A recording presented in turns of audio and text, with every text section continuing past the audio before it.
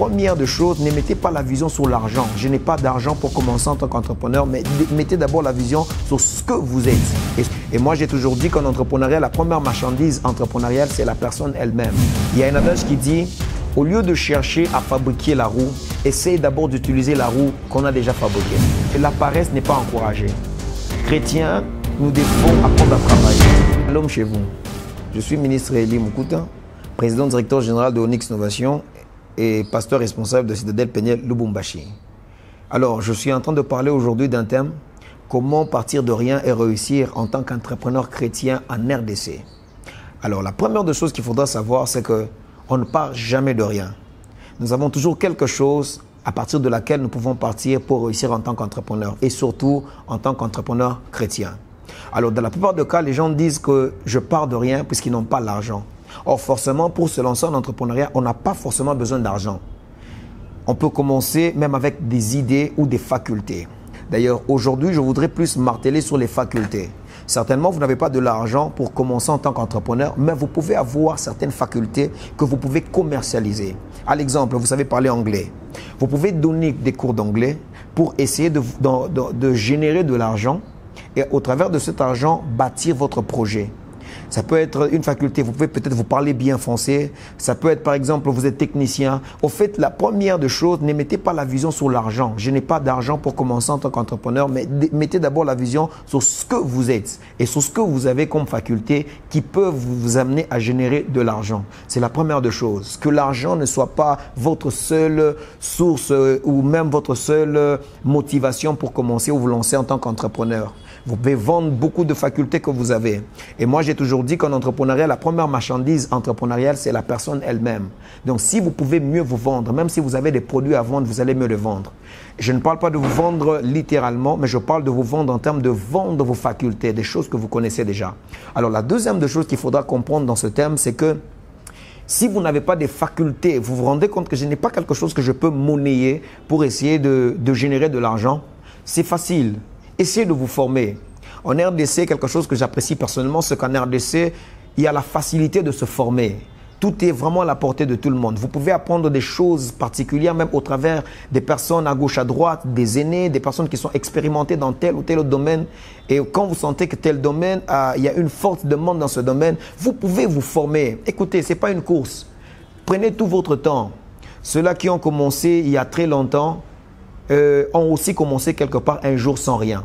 Alors je voudrais que vous ne vous mettiez pas dans une course, mais plutôt que vous preniez tout votre temps. Moi personnellement, je pourrais même vous conseiller de prendre 5 ans, de vous former même pendant 5 ans, pendant 10 ans. Vous allez vous dire, je vais me former, je vais prendre tout mon temps et dès que je vais finir ma formation, je vais générer de l'argent pour ensuite investir dans mon projet. C'est la deuxième des choses. D'ailleurs, n'est-ce pas que la Bible dit, pour nous qui sommes entrepreneurs chrétiens, n'est-ce pas que la Bible dit qu'à celui qui a, on donnera, mais à celui qui n'a pas, on retranchera même le peu qu'il a. Ça veut dire, bibliquement parlant, personne ne peut dire qu'il manque de quoi que ce soit. Nous avons toujours quelque chose que le Créateur a déposé en nous qui peut nous amener à monnayer, à générer de l'argent.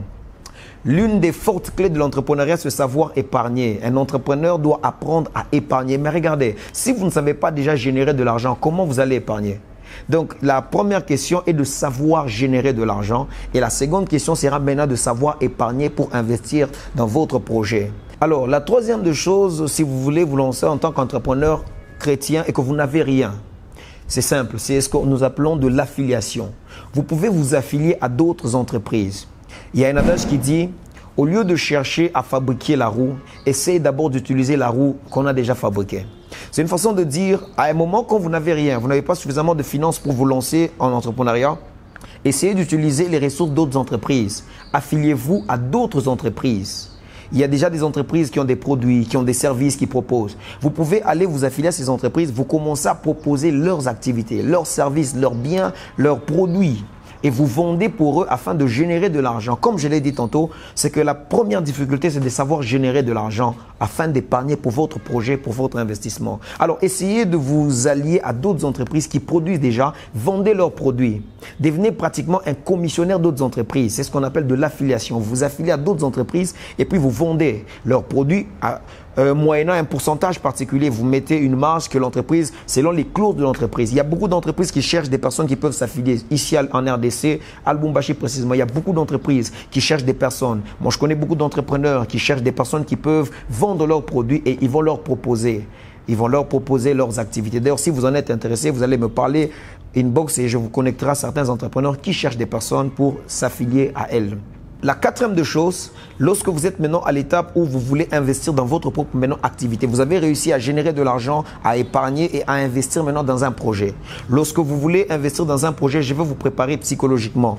Ne vous lancez pas hâtivement.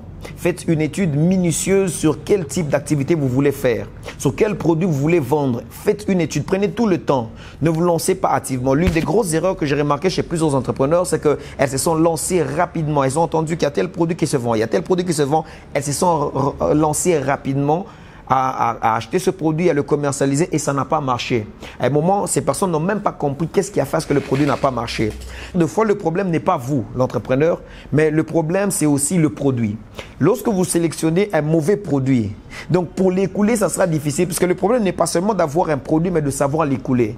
Vous pouvez être un bon entrepreneur, vous pouvez être un bon marketeur, vous savez présenter vos produits comme il le faut. Mais si vous avez sélectionné les mauvais produits, les produits qui n'ont pas de demande, qui ne sont pas demandés, mais bizarrement, vous n'allez pas les écouler. C'est comme ça que vous aurez des stocks, mais qui ne seront pas écoulés. Alors, ce qu'il faut faire, il faut vraiment étudier minutieusement la demande pour offrir le besoin, le produit qui est demandé.